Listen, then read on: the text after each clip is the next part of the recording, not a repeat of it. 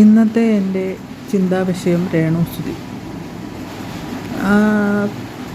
രേണുസുതിയെക്കുറിച്ച് ഒരു പള്ളിയിലെ അച്ഛൻ, പിന്നെ ഷെഫീന ബീവി, പിന്നൊരു സെലിബ്രിറ്റി ബിഗ് ബോസിലൊക്കെ വന്നേ, അവരൊക്കെ എന്തൊക്കെയാണ് പറയുന്നത്. ഷെഫീന ബീവിയൊക്കെ വന്നിരുന്ന് പറയുന്ന വോയിസൊക്കെ എന്തൊക്കെ പുറത്ത് വിട്ടേക്കുന്നു. അതായത് സുതി മരിച്ച ഒരു മാസം കഴിഞ്ഞപ്പോൾ അവർ പ്രഗ്നൻ്റ് ആയെന്നോ അബോർട്ട് ചെയ്തെന്നോ എന്നൊക്കെയാണ് മറ്റേ കുറച്ച് പറയുന്നത്. അറിയത്തില്ല.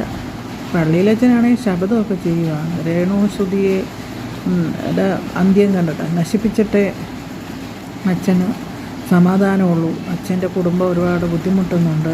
രേണുസുതി ചോദിച്ച് വാങ്ങിയതല്ലല്ലോ. നിങ്ങളായിട്ട് സുധിയുടെ മക്കൾക്ക് കൊടുത്ത ഒരു വീട്, സ്ഥലം അവർ പറഞ്ഞിട്ടില്ലല്ലോ. എനിക്കൊരു വീട് വേണം, സ്ഥലം വേണം എന്നൊന്നും അവരാവശ്യപ്പെട്ടിട്ടില്ലല്ലോ. അവർക്ക് ആരുടെയും സഹായമൊന്നും മേടിച്ചെടുക്കുന്നതിൽ വലിയ താല്പര്യമൊന്നുമില്ല.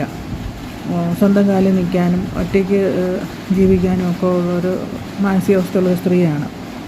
അന്നേരം പൊതുവെ എല്ലാവരും അങ്ങനെയൊക്കെ തന്നെ ഒറ്റയ്ക്ക് ജീവിക്കണം, ആരുടെയും ഔദാര്യത്തിൽ ജീവിക്കരുതെന്നൊക്കെ ഉള്ളൊരു മാനസികാവസ്ഥയുള്ളൊരു സ്ത്രീയാണ്. അപ്പോൾ അവർ അങ്ങനെ ജീവിക്കുന്നത് കണ്ടിട്ട് അവർക്ക് ഇഷ്ടപ്പെടുന്നില്ലേ? അതുകൊണ്ടാണോ ഇങ്ങനെയൊക്കെ വോയിസുകൾ പുറത്തു വിടുകയും അവരുടെ ലൈഫിനെ തന്നെ ബാധിക്കുന്ന കാര്യങ്ങൾ പറയുകയും അത് സത്യമാണോ കള്ളമാണോ എന്നും അറിയത്തില്ല.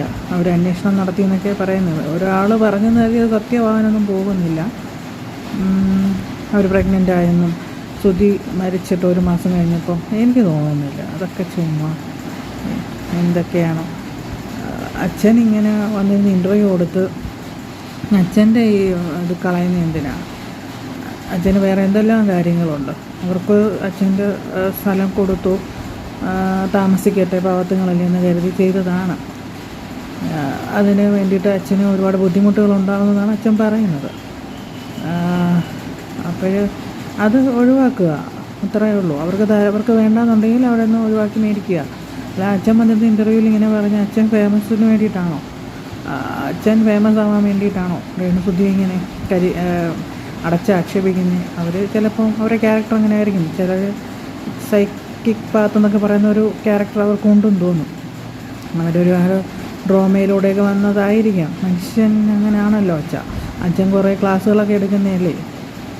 എന്തിനാ വെറുതെ അവരെ നിങ്ങളെപ്പോലെ നല്ല ആൾക്കാർ, ബോധവും ബുദ്ധിയും ഒരുപാട് ജ്ഞാനമൊക്കെ ഉള്ളവർ ഇങ്ങനെയൊന്നും വന്നിട്ട് പറയരുത്. ഒരു വ്യക്തിയെ പറ്റി, ഒരു സ്ത്രീയല്ലേ, ഭർത്താവ് മരിച്ചൊരു സ്ത്രീയല്ലേ, അവരെക്കുറിച്ച് അങ്ങനെ പറയാതെ